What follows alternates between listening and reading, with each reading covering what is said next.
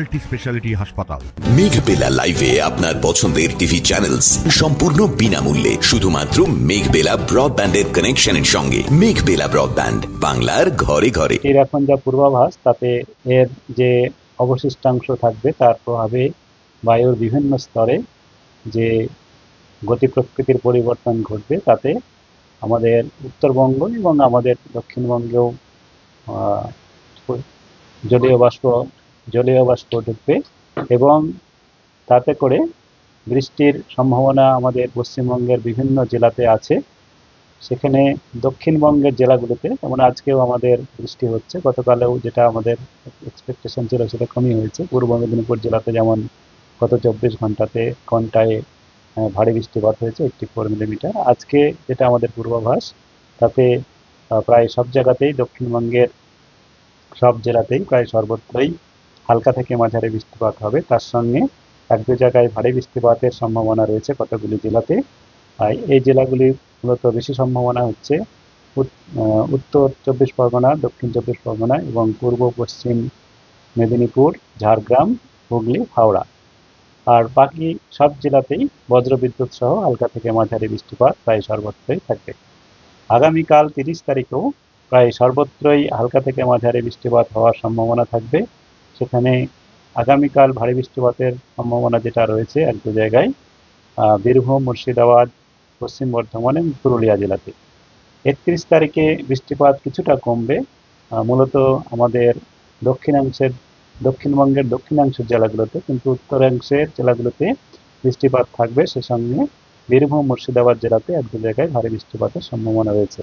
1 তারিখে বৃষ্টিপাত আরও কমে যাবে, সেখানে বিক্ষিপ্তভাবে বৃষ্টিপাত হবে। তবে পূর্বাংশের জেলাগুলো যেমন নদিয়া, মুর্শিদাবাদ, উত্তর 24 পরগনা, দক্ষিণ চব্বিশ এসব জেলাতে বজ্রবিদ্যুৎ সহ হালকা থেকে মাঝারি বৃষ্টিপাতের সম্ভাবনা থাকবে।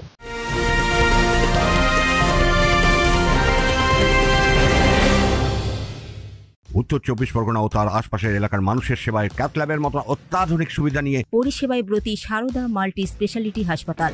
একই ছাদের তলায় মানুষ সাধারণ চিকিৎসা থেকে শুরু করে 24 ঘন্টা ক্যাথল্যাব, এমআরআই, সিটি স্ক্যান, এনআইসিইউর মতো সুবিধা এবার থেকে পেয়ে যাবেন সারদা মাল্টি স্পেশালিটি হাসপাতালে। প্রয়োজনে যোগাযোগ করুন 033-2592-0730, 2593-0730, 2593-3562 ও 9331275635 নম্বরে। আমাদের ঠিকানা Royal Park, Kalyani expressway, Barrackpore, Kolkata 7,01,21। Sarada multi speciality হাসপাতাল, পরিষেবাই হোক আমাদের মূল লক্ষ্য।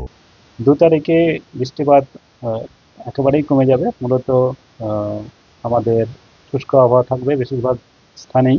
এক দু জায়গায় হালকা বৃষ্টিপাত হয়ে যেতে পারে, যেটা ক্লাউডিনেস থাকবে তার জন্য।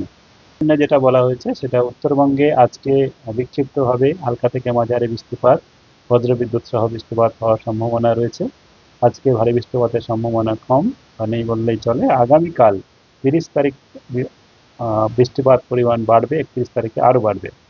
30 তারিখে যেটা হবে সেটা আপনার সব জায়গায় এটাই প্রায় বৃষ্টিপাত হবে। সেখানে মালদা, উত্তর দক্ষিণ দিনাজপুর, দার্জিলিং, জলপাইগুড়ি এবং কালিম্পং, এইসব জেলাগুলির মধ্যে এক দু জায়গায় করে ভারী বৃষ্টিপাতের সম্ভাবনা রয়েছে। 31 তারিখে আমাদের উত্তরের 5টা জেলাতে বৃষ্টিপাত বাড়বে। সেখানে ভারী থেকে অতি ভারী বৃষ্টিপাতের সতর্কতা দেওয়া হয়েছে। সেখানে দার্জিলিং, কালিম্পং, জলপাইগুড়ি, আলিপুরদুয়ার, কোচবিহার, এই 5টা জেলাতে ভারী থেকে অতি ভারী বৃষ্টিপাতের সম্ভাবনা বলা হয়েছে, আমরা কমলা সতর্কতা দিয়েছি। আর উত্তর দক্ষিণ দিনাজপুর, মালদা জেলাতেও ভারী বৃষ্টিপাতের সম্ভাবনা থাকছে। 1 তারিখে বৃষ্টিপাত কমবে কিছুটা, তবে আলিপুরদুয়ার, কোচবিহার জেলাতে এক দু জায়গায় ভারী বৃষ্টিপাত হতে পারে। 2 তারিখে বৃষ্টিপাত অনেকটাই কমে যাবে, সেখানে কেবলমাত্র এক দু জায়গায় বৃষ্টিপাত হওয়ার সম্ভাবনা থাকবে। 3-4 তারিখে উত্তরবঙ্গেও শুষ্ক আবহাওয়া থাকবে।